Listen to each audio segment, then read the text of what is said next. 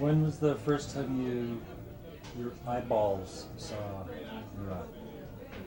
Well, I was 2.5 years old and he was born. I was 2.5 years older than Morad, so we knew each other back in Baku, where both of us were born. And we were friends then, and my first memory of him is when I was probably 5 and he was, no, I must have been 6 and he was 4. And we got in an argument whether a green light meant stop or go. I was wrong.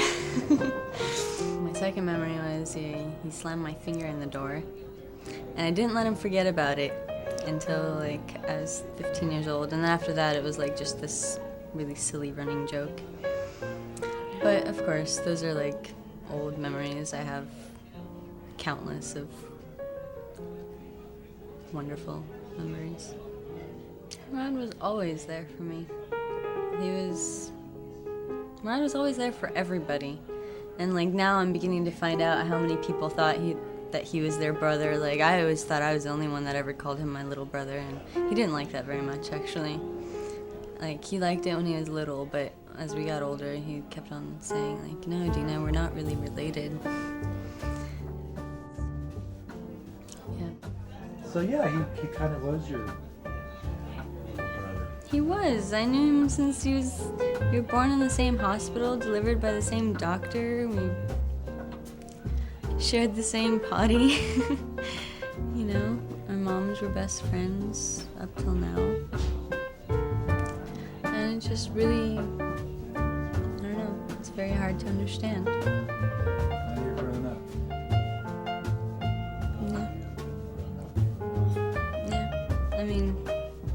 I think he kind of resented that I always looked at him as my little brother because he wanted to look like a man, But and I really think that's why he joined the Marines, is to kind of prove to himself and to everyone around him that, listen, I'm a man now. He went through all this hardship to prove to himself, probably more than anybody else, that he's a big boy now. I feel very, very, very privileged to have known him for so long and so well and so deeply, and to have never lost contact with him.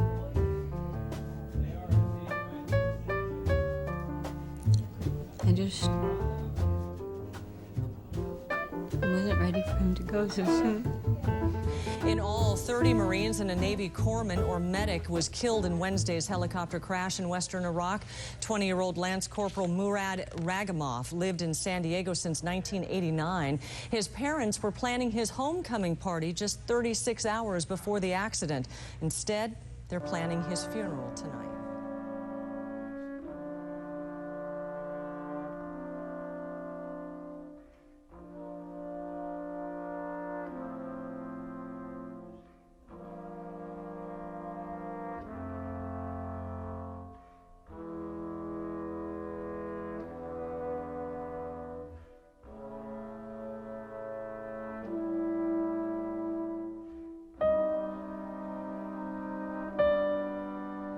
I find myself in what seems to be a never-ending search for self-identity. Who am I? It was not too long ago that I knew myself pretty well.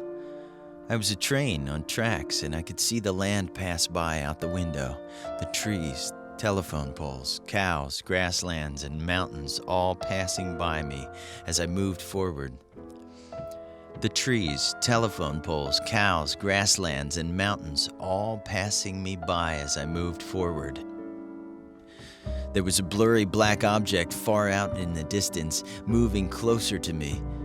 It was made out of curiosity, fear, anger, hate, stupidity, and little black pebbles that taste like jelly beans. Anyways, it was getting close, and I felt drawn to its power and energy. I willed it to come closer, and so it did. I willed it to take me, and I see the black object launch into my train like a comet out of the sky. It smashed into the side of my train and derailed me in an instant. The energy of the black thing was so potent, like a drug. It took me to a place in my mind I have never been. Man, I tell you, it was a trip. If I ever had a bad trip, that was definitely it. When I woke up, I was tilted sideways. I didn't see the tracks anywhere. I was just kind of stuck there on the ground, not able to move. And I wanted to try to move, but I didn't know which way to go because I was swept away from the tracks a good ways out. I laid there for about 2 months and then managed to get out of myself and stand on top of the train and search the horizon for my tracks. I still can't find them, but I realized it doesn't matter because I can build my own railroad tracks to run on. It takes a lot longer. It's much more work, but it's the only way I can find myself again.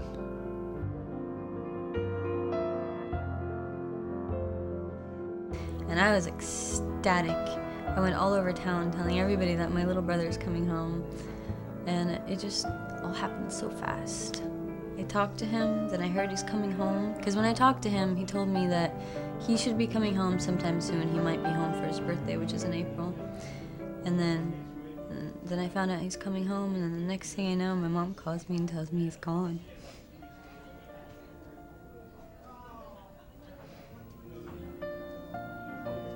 He would have gotten out when he was 23 years old. I'm 23 right now.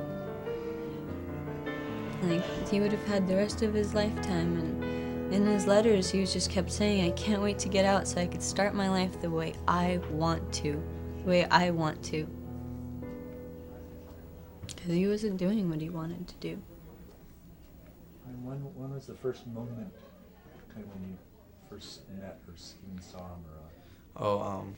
It was boot camp, 2003, and then we also went to School of Infantry together, which was in Camp Pendleton, California. And I was actually going to school to become a rifleman, which is in 0311 in Marine Corps terms, and he was going to school to become a machine gunner, which is in 0331. And we became pretty good friends during the School of Infantry. Do you read that as like that was his downfall or his calling? The Marines? Yeah, yeah. I don't think it was his calling. Morad is a very deep thinker. He was very special, but he was very intellectual, and I don't know, I hate to say this, but I don't think he fit in there. I don't, because Morad was he's kind of a shy kid. We called him Bashful, from Snow White and the Seven Dwarfs. Because he's kind of the shy, quiet type. He was a philosopher, he was a poet, he was a very artistic, sensitive, emotional individual. And I'm not saying that, people in the military aren't. We would talk about work. Since he was in Charlie Company and I was in Bravo Company, he was working with, helicopters. That was what his company specialized in, was helos. And my company was actually a boat company, so we do like what is known as the Marine Raiders. When he was 16, we went on a camping trip, and I persuaded him out of it. Like, he was 16 years old and he was thinking about joining, and like, I've always been anti-military, anti-war, anti-everything kind of. But and I persuaded him out of it, and then very successfully. And then when he was 18, he just kind of decided, and he just, before I knew it, I didn't even know, like, he just joined. And then he came to me and he's like, you can't change my mind now, it's too late. What about killing somebody else? He did. And he told me the specifics. He was a machine gunnist. And they were staked out on top of an abandoned school, which is kind of bizarre already. And there was a man that he scoped out in a building that was sitting there shooting people in the streets. Like, he had a rifle and he was just shooting at people. And Morad saw him and he shot him. So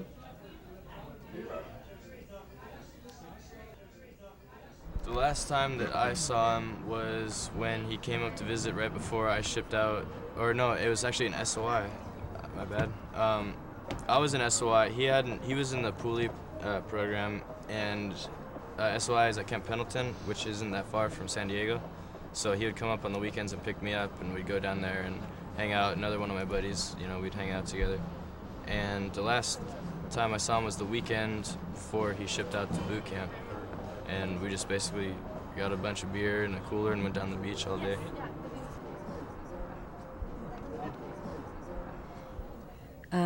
He came to see me after he saw his friend James, and I guess they got really drunk the day before, so the first day I saw him, he was really sick and just throwing up a lot. But he spent the night at my house, and we were in my room just talking about all the things we usually talk about. And then the next day, my mom took these pictures of us that are the most precious pictures ever. They came out like holy. They're just divine pictures. And like when I talked to Morad last, I told him that I had them in my purse, like have them in my purse right now. I've had them in my purse for the past 5 months, and I sent the doubles of those pictures to him, and he's like, "Yep, I got them in my pack with me all the time." Who killed him? Well, first of all, it's been 9 days, and I'm still in shock. I'm still very numb, and I still can't really understand it. I can't accept it, and I know I'll be angry soon. I felt hints of anger today, really, and it's very hard for me to look. It was when I found out they were having a military service, it was very hard for me to accept that. Murad's never been a military person. I don't know what on earth propelled him to go over there. It was almost like a dare for himself that he made upon himself that just was completely random. Who killed him? I don't think I want to answer that. I can be honest and say that it's very hard for me to look at those Marines. Very hard. Because when this war started, I was so against it because it's the biggest crux ever. It's just the biggest fraud ever. And for Morad to sacrifice his life and to become a hero to protect us against terrorism, that none of it makes any sense, and it's a big scam. That's just wrong. And it's cost so many people so much pain. That helicopter went down. 31 people, right? How many families? Not 31 families. Probably 1,500 families. From that one accident, are in so much pain. The day that it happened, I went online because I was in disbelief, and I had to find his name. I had to find something that made it concrete. And I went on CNN's website, and there was a chronological list of all the people that have died from the beginning of the war, and it ended on that day. And they didn't update it yet. The next time I checked it, I couldn't bring myself to scroll down far enough to find the name that I found on the day he died, because so many more people died after that. Every single day. Can somebody explain to me why? No. Morad joined when he was 18 years old. Do you remember being 18? How little you probably were, how immature you probably were, how much you had your head together? Not very much. And I think it's wrong to go to those high schools and to make it seem so idealistic, and to recruit all those kids and make it seem like this great, great thing to do, because they're so susceptible to it. He loved being a machine gunner. He chose that straight out of School of Infantry, he wanted to be a machine gunner more than anything, and he just wanted to do the best that he could do, and he proved it over there. He did really well. He actually spotted some insurgents that actually saved his squad that he was with. Morad told me, he's like, I'm old enough to go kill somebody, but I'm not old enough to go drink. There's something wrong with this picture. And there is. There's something wrong with that picture. Kids should not be allowed to go overseas and kill people when they're 18 years old, because they don't know what they're doing. They don't know what's right and what's wrong. I don't, even if winning is just calming it down enough so we can get out, that's all I care about. That's why, you know what, IED goes off, boom, kill everybody in 100-meter radius. Dead. Just do it. 100 meters, not 10, 100. Everybody. Just line them up and fucking execute them. It's not morally acceptable, but it's effective, and that's the way that you win. Well, they know what's right and what's wrong inside in the things that matter, but not in political structures that are all complex, and I don't even know what's right and what's wrong when it comes to it. Nobody knows, because nobody knows the truth. Because nobody tells us the truth. And nobody tells them the truth. The main thing that we were over there fighting for, political stuff, we weren't there for that. We were there for the person on the left and the right of us, making sure, that they got home. That's what we cared about the most, our brothers that were next to us. Because, they want to see their family just as bad as you want to see yours. The only way to do that is to back each other up, be there for each other. Those news articles said, Dina and Rafat left Azerbaijan to escape the war that was going on over there. And we left about a year and a half after they did, so I saw all the things that happened over there, and I saw the war. I saw the tanks in the streets. I saw people getting shot, and I had my little glimpse of war when I was a little kid, and it stuck with me for the rest of my life. And that played a factor in how much I don't just despise war. We should be beyond that now. As a human race, we should be civilized enough by now to have war be illegal. It is not an option. I don't care what you have to do. War is not an option. You really want to make a difference, but you really can't. You really can't. You go protest all you want.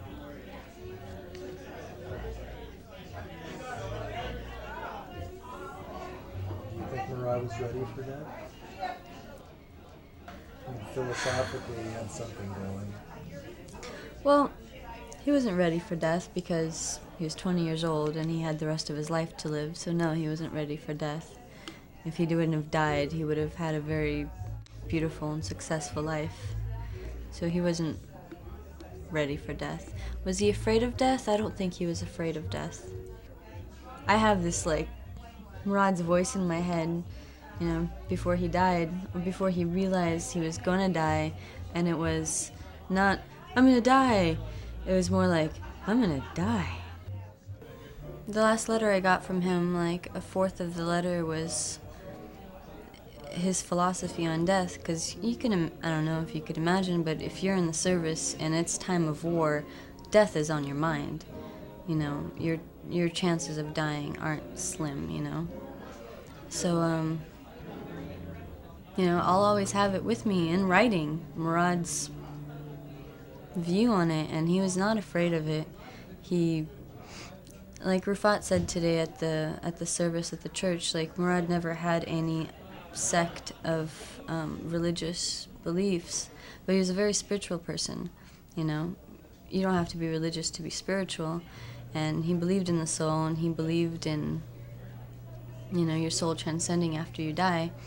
And his philosophy on it was that infinity, life doesn't stop, time doesn't stop, and we live in different dimensions all the time. We die every day. We just don't know it. We don't realize it. Kind of like when you're dreaming and you don't know if it's real or if it's not real. That's how all of life is. And I don't have it with me, and I can't quote it exactly. Here, read this. I'm not gonna interrupt you anymore, but like, just read it and then like, tell me what you think. But his philosophy on death was very positive and very open and accepting. Are you done with that? Thanks. So what did you think? I already know that if you're watching this, then you're probably close to me. Or close to former me anyways. Right? All that matters for me right now is now, of course. But to you,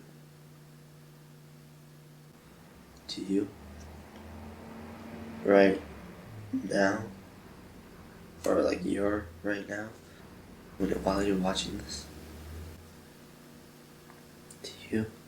to you, my right now doesn't exist. It's gone. Understand? Nobody understands. They all think that everything that happens every moment, well, most people think that these moments are like put away in a filing cabinet and they mean something, when in reality there is no fucking file cabinet. There is no moments that have been saved.